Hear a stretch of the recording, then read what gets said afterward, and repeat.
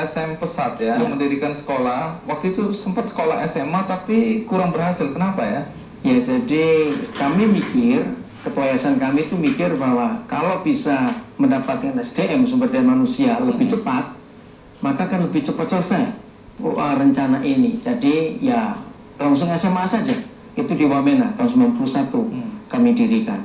Lalu apa yang terjadi? Yang terjadi, guru-guru kami ini kesulitan. Bahkan menjelang kenaikan kelas 2 ke kelas 3, hampir 100% mereka mau pulang kembali ke Jawa karena tidak mampu. Guru-gurunya? Iya, guru-gurunya. Wah, di situ kami kelabakan. Nah, kalau nggak ada mereka, siapa ngajar? Kami bukan guru. Kemudian apa yang Anda lakukan? Ya, akhirnya kami mulai berunding ya dengan pihak yayasan, dengan guru-guru. Apa yang kita mau lanjutkan ke depan ini? Kalau memang SMA ini sulit untuk diteruskan, lalu kita bagaimana? Kan mungkin kita akan mencari tengah jalan. Nah, dalam pertemuan itu dari beberapa masukan, maka muncul ide, kalau begitu kita mulai dari taman kanak-kanak. Harus masuk asrama. Dan itu akhirnya berhasil. Hasilnya berhasil. Tahun 95 itu mulainya. Iya. Nah, pada tahun-tahun awal Anda ingin mengabdi di sana, katanya sempat Anda mulai frustrasi sama istri ya? Karena katanya warga juga tidak terlalu percaya tentang niat baik Anda. Iya. Apa penolakan macam apa yang terjadi?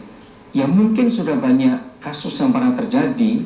Ada LSM-LSM yang datang mengatasnamakan menolong anak-anak, tapi maaf tanda kutip, mereka jual anak-anak itu untuk proyek diri sendiri. Dan untuk itu kami memang tidak bisa menyalahkan. Jual itu bukan harafiah ya, tapi Iya, minta dana untuk betul. membantu, padahal Iya. dananya masuk kantong Iya. sendiri. Kalau Anda kami- dicurigain seperti itu Betul. juga? Kalau kami foto-foto mereka, ada yang marah. Dan mereka memang pernah ngancam kami datang ke rumah dengan bawa parang, pernah mau bakar asrama dan sebagainya itu. Lalu bagaimana Anda menjelaskan persoalan ini kepada mereka? Cukup sulit, tapi ya ada pihak-pihak tertentu yang tolong menengahi dengan berkata, cobalah sabar dulu dia. Ini kan baru mulai. Kita tidak tahu ke depan itu bagaimana. Ya, kita bersyukur ada orang-orang yang mau mengerti. Tapi walaupun cukup ngeri juga dengan keadaan seperti itu. Nah, setelah hampir 20 tahun ini bagaimana sikap mereka? Wah, sekarang harus istilahnya pakai daftar tunggu untuk masuk ke sekolah kami ini. Jadi sekolah favorit gitu ya? Ya, begitulah. Walaupun di pedalaman. Iya.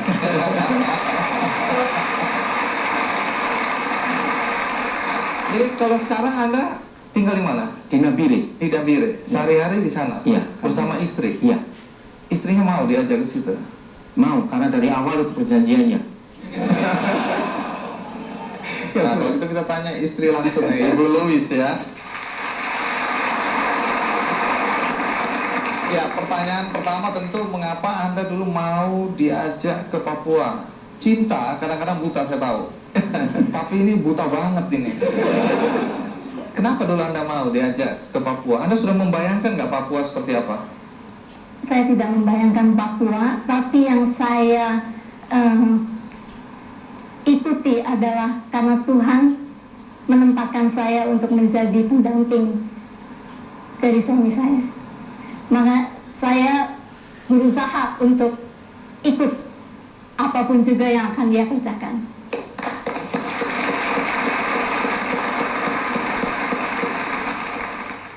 Nah, waktu Anda sampai di Papua, terus melihat keadaan, bagaimana reaksi Anda pertama kali?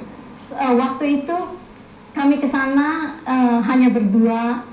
Kami tidak mengenal banyak orang-orang yang kami kenal di sana. Jadi di beberapa tempat itu kami harus tinggal di losmennya yang masih kotor gitu.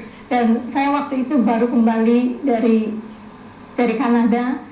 Jadi itu yang membuat gimana ya, agak ya? shock buat saya. Ya, nah sudah berapa lama Anda tinggal di Papua? Sejak kami menikah tahun 92, hari kedua kami sudah ke Papua, tapi belum menetap. Sekarang ini kami sudah menetap di sana. Atau di Papua. Jadi bagaimana dengan keluarga negara Anda? Masih tetap. Masih tetap, tapi tinggalnya di sana ya? Iya. Ya, menarik juga untuk tahu apa suka dukanya Anda tinggal di pedalaman Papua.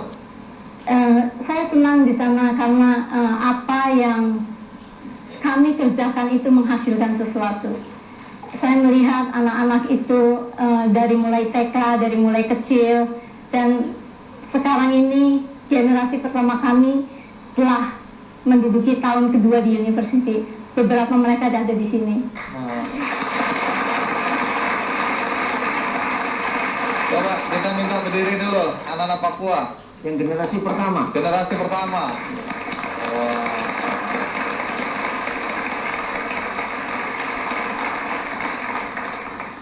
Udah berapa banyak sih anak-anak didik Anda sekarang ini? Sekarang ini kalau kami hitung semua di 9 kabupaten ada 35 sekolah yang sedang kami kelola. Sudah 35 sekolah? Iya, sekarang ini 35 sekolah.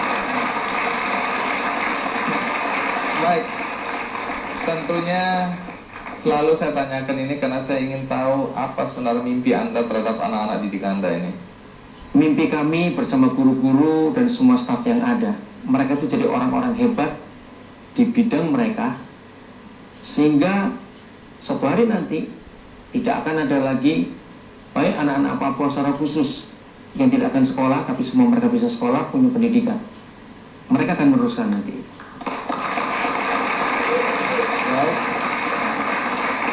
Terima kasih banyak Pak Daniel sudah datang jauh-jauh dari Papua ke acara ini ya. Kita berikan aplaus satu kali lagi buat Pak Daniel.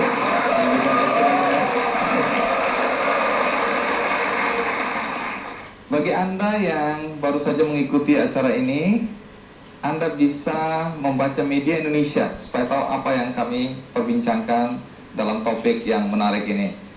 Jangan lupa juga Kick Andy on Radio. Bisa Anda simak setiap Jumat di jaringan Radio Delta FM. Dan Anda juga bisa mengikuti quiz di Twitter Kick Andy Show setiap Jumat malam.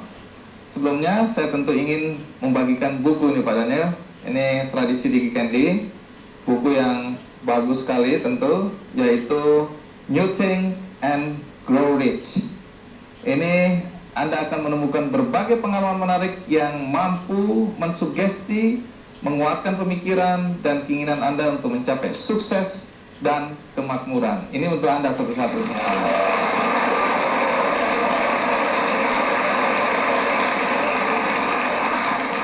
Sebelum kita akhiri, kita nikmati penampilan dari Voice of Angel.